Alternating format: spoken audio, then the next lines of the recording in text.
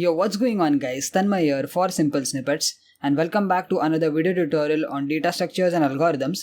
And as the title of the video suggests, today we're going to perform a very important operation when it comes to binary search tree, and it is the search operation in binary search tree. Now the name itself in the binary search tree has a search in it, and that is very relevant and important because binary search tree is a type of binary tree which enhances or speeds up the searching process. Now we've already discussed how that happens in the binary search tree tutorial, the theoretical tutorial. This is where we actually implement the searching operation. So we are going to take a look at the pseudocode, and we are also going to write a program in C++ to implement this search in a binary search tree. Now before we proceed, in case if you've missed any of the previous tutorials in this DSA course, please do check out this entire playlist, entire course. In the previous few tutorials, we've been talking about non-linear data structures, especially the tree data structure. And we've been implementing different binary search tree operations step by step, one operation at a time per video. And if you've watched all those, you're good to go. With that being said, let's get started. If you're new to my channel, my name is Tanmay Sakpal and I do a lot of computer science and information technology video tutorials like computer programming, development, technology talks, and a lot more on this channel. So if that's something you're interested into, then definitely subscribe and turn on the notifications to get the latest updates and never miss out on such important topics. Now over here you must have noticed that this is an iterative search mechanism in binary search tree. This iterative means that we are not going to use recursion in this particular operation, and we are going to go with the iterative approach. When I say iterative, it means that we are going to use a loop. We can also use recursive function, that is the concept of recursion when it comes to searching, and that we will see in another video. But for now we are going to stick with the iterative approach. So let's proceed with the tutorial. Okay, so on the right hand side you can see we have our binary search tree. I'll write it over here, BST. This is node n1. It is created at an address hash 31. So hash 31, and these hash values are representing the address. Of course, these addresses are not real, they are fictitious. They are just used for representation purpose. Now inside one single node, we have the key, also known as value, also known as data. And we also have the left and right child references. When I say references, it means that the left and right elements are nothing but pointers which store address of the left and right nodes. So when we are talking in the terms of implementation, in the terms of a practical program, since we are going to use C++ programming, we're going to use the concept of pointers. I'm guessing you guys already know this if you've been following this previous tutorials. So the left and right child are again nodes, tree nodes, which are created at the respective address locations. And these addresses are stored in the left and right child of this n1 node. And this pattern follows below. And since it is a binary search tree, it follows the principle where for a particular node, all the values in the left subtree, that is 18, 10 and 25, are smaller than that particular node value, which is 30. And all the values in the right subtree, which is 45 and 65, are greater than 30. So this is one principle which is followed in BST, and that is the only difference between a binary search tree and a regular binary tree. Okay, and this is applied to all the different nodes. Alright, so now that I've given you a basic overview of our binary search tree, let's talk about the pseudocode as well as the searching operation.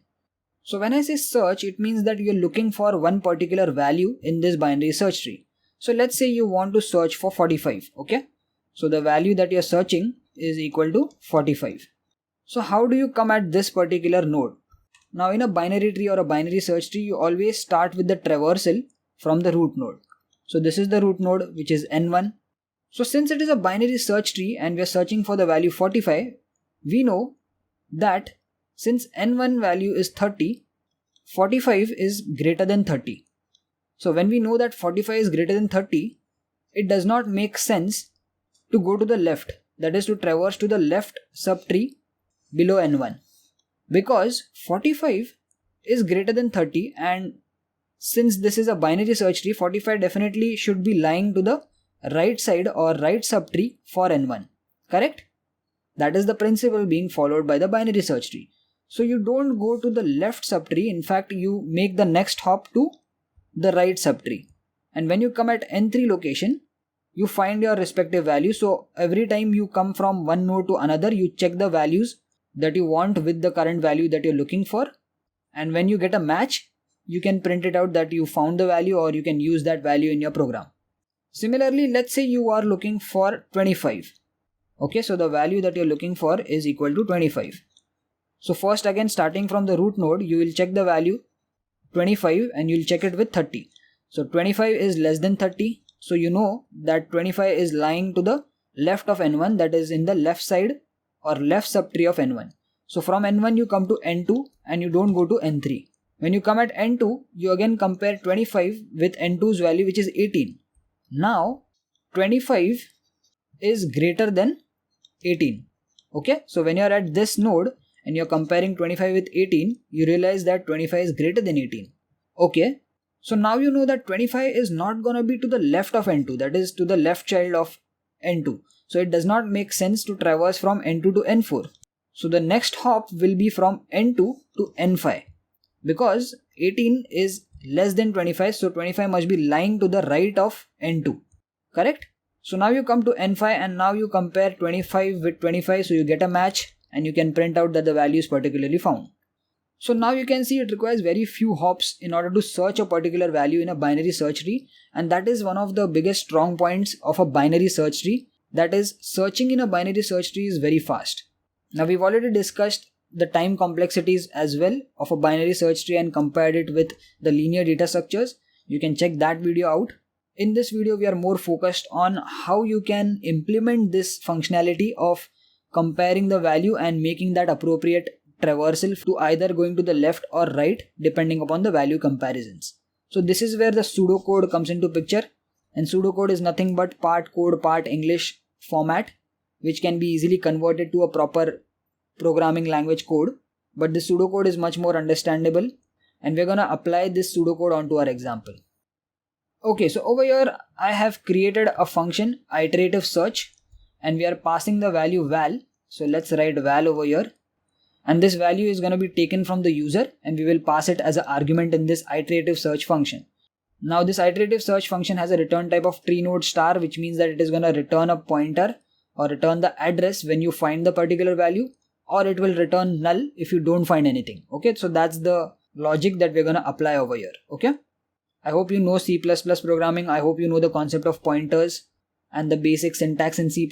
If not, I have a separate tutorial on C++ for beginners. All the concepts like pointers, recursion, different looping structures are discussed in that course. You can check it out. But moving forward, let's go to step number 1. And at step number 1, we say if root equals to null, then return the root. So before you start with the searching, the first thing that you have to check is whether there is any particular value in the binary search tree or not. In case you have no nodes in the binary search tree, it would mean that the root value will have null. Programmatically speaking, when you don't have anything, we are gonna store null in the root value. But right now, of course, our binary search tree is not null, our root is n1, correct? But in case if the root value is null, then you simply say return root, which means you'll say return null. Okay? Currently, the first statement is not true because root is not null, root is pointing to n1. So the first statement will not be executed. You will not execute this first line. You will directly skip to the else part. Now in the else part, you have some multiple steps. So we have 2.1. At 2.1, we say set temp equals to root. Now if you followed previous tutorials, this is something that we've been doing to perform the iteration, correct? So this is the root node n1. Over here we are creating a temporary variable. We say temp equals to root, which means temp now points to n1. Now we are going to use this temp variable to traverse through this entire binary search tree, and the traversal is going to happen in the loop, so you'll see that step by step. But moving on to step 2.2, over here we say while temp not equals to null. So this loop, that is this step 2.2, which is this full part, is going to run till the temp is not null. Okay, so currently you can see that temp is pointing to n1, right? So temp is equal to n1, which means temp is not null. Now inside this while loop, which is step 2.2.1, of course we will go inside the while loop because temp is not null. The first thing that we check is if val equal to temp.value. Alright, so what is this val? As I mentioned, this val is something that we pass. So let's assume this val, let me write it over here. let's assume that we are searching for the value 25. Okay, alright, so this value is equal to 25 that we are gonna pass, correct? So now we check if value equals to temp.value. What is temp.value? Temp is currently n1. You can see temp is pointing to n1. So n1 has a value of 30. The val variable that we're looking for is 25. And is it equal to temp.value? Temp is currently pointing to n1, so n1's value is 30. Is 25 equal to 30? No. So this if block, that is 2.2.1, is false. So this will not be executed, which means you will not go inside this if block, you will not execute this 2.2.1.1. So this is excluded, you will move forward. This 2.2.1 condition will be only true when you find the particular value, and in that case you will simply return temp, which means you will simply return that particular address of that node. Okay, so right now obviously it is not matching, so you proceed to 2.2.2. Now in 2.2.2 you check else if val is less than temp.value. The value that you are looking for is 25. Is it less than the temp.value? Temp is again n1, n1's value is 30. And this time this becomes true, right? Because 25 is less than 30. So now you go inside 2.2.2 else if block. Inside that you have 2.2.2.1. Lot of numbers here. But inside this you say then temp is equal to temp.left. Okay. So temp is currently pointing to n1. What is there to the left of n1? We have an address #16. #16 is nothing but the address of n2. So when you say temp is equal to temp of left is nothing but n2. So now you assign the address of n2 into temp. So now temp becomes n2. So temp now starts pointing to n2. Alright. Now since this else if block is executed, of course the else block will not be executed because that's how if, else if and else works. Only one of the particular block is going to be executed depending upon which block has the true condition. So since 2.2.2 executed, this will not be executed. You will come at the end of the while loop. And when you come at the end of the while loop, again you will go at the start of the while loop, and now you will again check the condition while temp not null. Now we just said temp equals to n2. So temp is pointing to n2, which means temp is not null. Temp has some value, right? When temp becomes null, this while loop will stop working. But since temp is not null, we will again go inside the while loop, and now you'll again check the values. You say if val equals to temp.value. The value that we've passed is going to be constant. It's going to be 25 right now. Is 25, that is 25 equal to temp.value. Remember temp now is pointing to n2. What is there as the value or data or key inside n2? It is 18. Is 25 equal to 18? No. So of course this if block is not going to be executed. You'll move forward in the else if. Over here we again check if value is less than temp.value. Is 25 less than temp.value? Again temp is pointing to n2. Is 25 less than 18? No. So again even this 2.2.2 is not executed. So we are left with only the else block, because if the value is not equal and if it is not less, then obviously it has to be greater, right? So lastly we only have this else block. Inside that there is no condition checking over here because that is the only possibility left. So you directly go inside the else block and you say temp equals to temp.write. So now since we just determined using this else if block that this value 25 is greater than n2's value because the first two conditions were false, which obviously means that 25 is greater than 18, you have to traverse to the right hand side, right? So that's why you say temp is equal to temp.write. Temp is currently pointing to n2. What is there to the right of n2? We have address #26. 26 is the address of n5, which is the right child of n2. So now n5, that is the address of n5, is now transferred to temp, and now temp becomes n5. So now temp is pointing to n5. And since the else block is the last block in the while loop, you will come at the end of the while loop and again go to the start of the while loop, and now again the condition is checked. So when you come at the start of the while loop, the condition is temp not equals to null. Temp this time is n5. So n5 obviously is not null.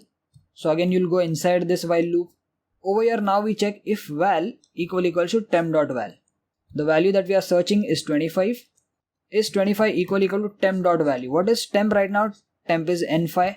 What is the value of n5? It is 25. So now 25 equals to 25, this first if condition becomes true. So now you go inside this block, and inside 2.2.1 we have 2.2.1.1, which says then return temp. Now temp is nothing but n5, basically address of n5 when we actually implement it in C++. And you can see our return type of this function is tree node star, which is address of this particular node. So now n5's address, which is #26, will be returned from this function, and this function will stop working, and it has completed its operation when you say return. So this return keyword basically returns from the current function to the calling function. I hope you know that. And you will return with the temp value. So this was the entire pseudocode, and it is fairly straightforward. If you've seen previous tutorials, this should be a piece of cake. By now you must have got an understanding of how you can iteratively traverse the tree. We've done that when we did the insertion part, inserting of new nodes in the binary search tree. And just to make sure, in case if you pass a random value, let's say your value that you're looking for is not there in the binary search tree, let's say it is 77. Now looking at this binary search tree, we don't have 77. So what will happen? You will of course traverse from n1 to n3, n3 to n6, because 77 is greater than all these values. So you'll traverse to the right hand side all the time using this while loop, and there will be a time where temp will become null. How will that happen? That will happen when temp is pointing to n6, okay, and you're looking for 77. You're running in the while loop. You check if val equal to temp.val, val is 77. Is it equal to 65? No, it is greater than 65. 2.2.2 also will not be executed because val is not less than temp.val. Val is 77. Is 77 less than 65? No. So this else block will be executed, and in the else block we say temp equals to temp.right. Now temp is currently pointing to n6. What is there to the right of n6? We have nothing, and when we have nothing, programmatically it will have null. So now temp will store the value of null. And after this else block, when we again come at the start of the while loop, the condition will be checked while temp not null. But this time temp has become null. So when temp becomes null, this while loop will stop working, because this while loop will only execute till temp has some particular value. And when temp becomes null, this while loop will stop working. And when it stops working, you come at step number 2.3. So there is one last step outside this while loop, and this one last step, that is 2.3, will only execute when you don't find the value in the binary search tree. Otherwise, the value will be found and you'll return from this step itself. So 2.3 will never be executed. Okay? So I hope you understood why we are returning null when you don't find any value. And at step number 2.3, you'll return null from this function. And in the calling function, that is in the main function, we will make a check whether we've got a null value or whether we've got a node value. And depending upon that, we can print out the appropriate message saying the value is found or value is not found. Okay? Alright. Okay, so this is the pseudocode of iterative search operation on BST. I know I went a little fast, but I'm guessing you guys have got a good understanding with the pseudocode and try running it on the diagram. Let's now jump to the IDE and implement this pseudocode, convert it into a C++ function, and perform this iterative search operation on a binary search tree. Okay, so as you can see on the screen, I have opened up our BST CPP program, C++ program in the Dev C++ IDE. You can see we've already typed in quite a lot of code because we've been implementing one operation per tutorial in this entire DSA course for the binary search tree. So we did insert, we did isEmpty, we did the 2D printing of the binary search tree, we did print pre-order, in-order and post-order. So all the traversals are also done. And below this now, we will perform the searching. So I'll put the pseudocode on the right hand side so that we can easily see the steps over there and convert them into this C++ code. If you scroll down in the main function, we've been creating this menu driven program which takes a option number and depending upon that option number performs that particular BST operation. For example, if you enter 1, we will do the insertion. If you enter 2, we will do the search. If you enter 3, we will do the deletion. For 4, we will do the traversal. For 5, we will clear the command prompt, and for 0, we will exit outside this program. So that is why it is there in this do while loop. I have already explained this entire program in previous tutorials, so I'm just going through it. Don't worry guys, I'm going to be sharing this entire program with you guys on our official website, so you can check that out. Now scrolling down, in the case 2, this is where we are going to perform the search operation. So this is where we will call the search function, iterative search function, in the main function. Okay, so I just wanted to show that to you. Now again, scrolling up into our BST class, this is our BST class. You can see we've created a custom BST class inside which we are performing all the operations. So over here we're gonna write the iterative search function. So this is how our function looks like. You can see in the pseudocode also, the return type is an address of tree node object. This tree node is nothing but our own custom class which has 3 elements. You can see on the top, this is the tree node. It has value and it has pointers of the same type to the left and right child. Okay, it's pretty basic, we've already done that. But coming back to our iterative search, inside that we are passing int val, and this is gonna be taken from the user. Now the very first condition is we check if root is equal to null. Now this root is nothing but a data member of the BST class itself. You can see BST class inside the public section. We have tree node star root. So this root is nothing but a pointer which points to the root node, and we are checking if it is having null value or not over here in the iterative search. If it is having null, we simply return root, which means we return null. And if it is not null, we have the else part. Now in the else part, the first thing we do is we create a temporary variable, temporary pointer basically when it comes to programming. So we say tree node star temp. So this is how you create a pointer, and you say equals to root. So root is also a pointer of type tree node, so that is why it is compatible. So whatever address is there of the root node will now be stored in this temporary variable, and we're going to use this temporary variable to iterate through the entire BST tree or binary search tree. Now after this we have the while loop, and inside that we have those 3 conditions. So I'll just paste the while loop over here. I know I'm copy pasting the code so that I can save some time, otherwise we'll just waste some time. As I mentioned, I'm obviously going to be sharing this entire code with you guys. You can check the video description. You'll find the link to our official website. So in the while loop, the condition is while temp not null. This while loop will run till the temp is not null. And inside that, first we check if the value that is passed, that is val, the variable val, is it equal to temp.val. So this temp is nothing but the pointer which is initially pointing to the root. And we first check the root node's value and compare it with the val that we pass. So we are finding a particular value, right? We are searching. So we have to first compare it. If we find the match, we simply return temp. Return temp as in return the address of that particular node. Else, if that value is less than temp of value, and the reason why we're using this hyphen and angular brackets, it is because temp is a pointer and temp is not an object. If temp would have been an object, it would be temp.value, just like what we have in the pseudocode. But since temp is a pointer, the way we access the data members of an object which is pointed by a pointer, we use this syntax. So I hope you know that pointer to object concept in C++. When a pointer is pointing to a particular object, in order to access the data member and member functions of that particular object via the pointer, you use this hyphen and angular bracket.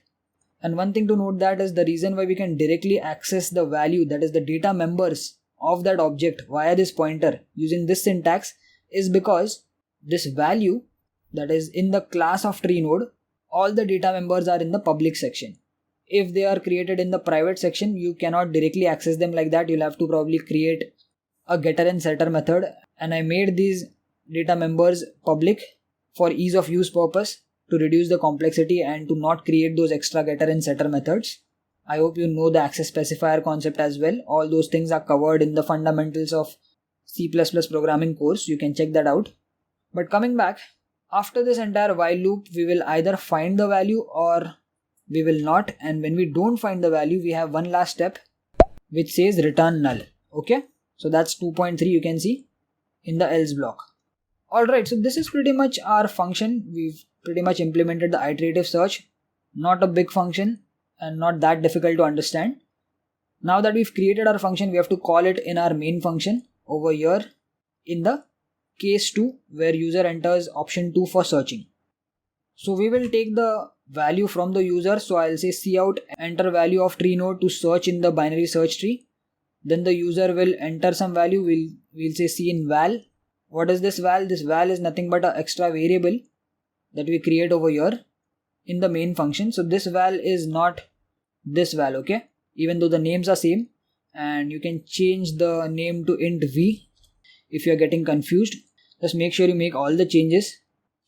Okay, so we'll take the value from the user, and now we can call the search function. So if you scroll up over here, you can see we've created a object using this new keyword, and we're using this pointer new node to point to that object. So this methodology is used to create an object on the heap memory, and then this pointer will point to that object. So now we can say in the search, we'll say new node equals to obj.iterative search. What is this obj? So this obj is nothing but, if you just scroll up, it is the object of binary search tree class, that is BST class that we created. This BST class has those functions, right? So all the functions we've written inside this BST class. So if you scroll up, this is the class, and all the insert node, all the printing, all the searching, all of these individual functions are inside this class. So you'll of course have to create the object first, and then you can call the function. So you'll have to say obj.iterative search. So when you say obj.iterative search, this iterative search function will be called, and you'll pass the value val which you just took from the user. And this is on the right hand side RHS of the equal to sign, because this iterative search will return an address of the particular node when you find it. Hence the return type of our iterative search is tree node star. So it will either return the value of a particular node, or if you don't find any value, it will return null, and both of those values will be stored in this new node pointer. Correct? Because this new node is also a pointer of type tree node. So now only thing left is to check whether you found a particular value or not, and you can do that by using simple if-else statements. You can say if new node not null, that is, if this iterative search returned a particular address, then the new node will be not null. In that case, you can simply say value found, else you can simply say value not found. Pretty basic. Let's save this. I went a little fast, but since we've dry run the pseudocode already, the code is just the conversion of that pseudocode into this code. It should definitely work out. Let's go to execute, compile and run. Okay, and things are working fine, which means our code is also working fine. But let's see if we actually do the searching properly. So before searching, I'll have to insert some values. So I'm going to insert some values. Option number 1, I'll say 30. So value inserted as the root node. Let me insert these same values. So I'll again say option 1, 18, option 1, 45, option 1, 10, option 1, 25, option 1, 65. Now in order to see this entire binary tree that we've just inserted, that is all the nodes in the binary search tree, you can hit option 4, that is printing and traversal. We've already done the implementation of printing. So I'm gonna hit option 4, and before that I'll hit option 5 to clear the command prompt. Now I'll hit option 4, and there you go, print2d function is called. We have our tree properly drawn. We have 30, then 18, 18 has 2 children, 10 and 25. For 30 the right child is 45, and for 45 the right child is 65. 45 does not have a left child, so there is nothing over here. And now we can do the searching. So let's hit option 2 for search. Let's search something random which is not there in the binary search tree. Let's hit 77. If I hit enter, you can see value not found, which means our program is working fine. But let's check the second condition where we actually find a particular value. So again, option 2 for searching. Let's hit 18 and let's see if value found. Hit enter, and there you go, you can see the answer is value found. Now this means our program is working perfectly fine. Our pseudocode was correct, and we successfully implemented the iterative search method in binary search tree. Okay, so I'm gonna wrap this video over here. I hope you understood how you can perform search operation in a binary search tree without using recursion and by using the iterative approach. And before you ask, we will of course use the recursion method also to do the searching in binary search tree, but that's gonna be some other video and not in this. So I'm gonna wrap things up over here. I hope you understood the entire tutorial. If you like this video, please give it a thumbs up. Let me know in the comments how this video was. Do share it with your friends, and I'll see you guys in the next one. Peace.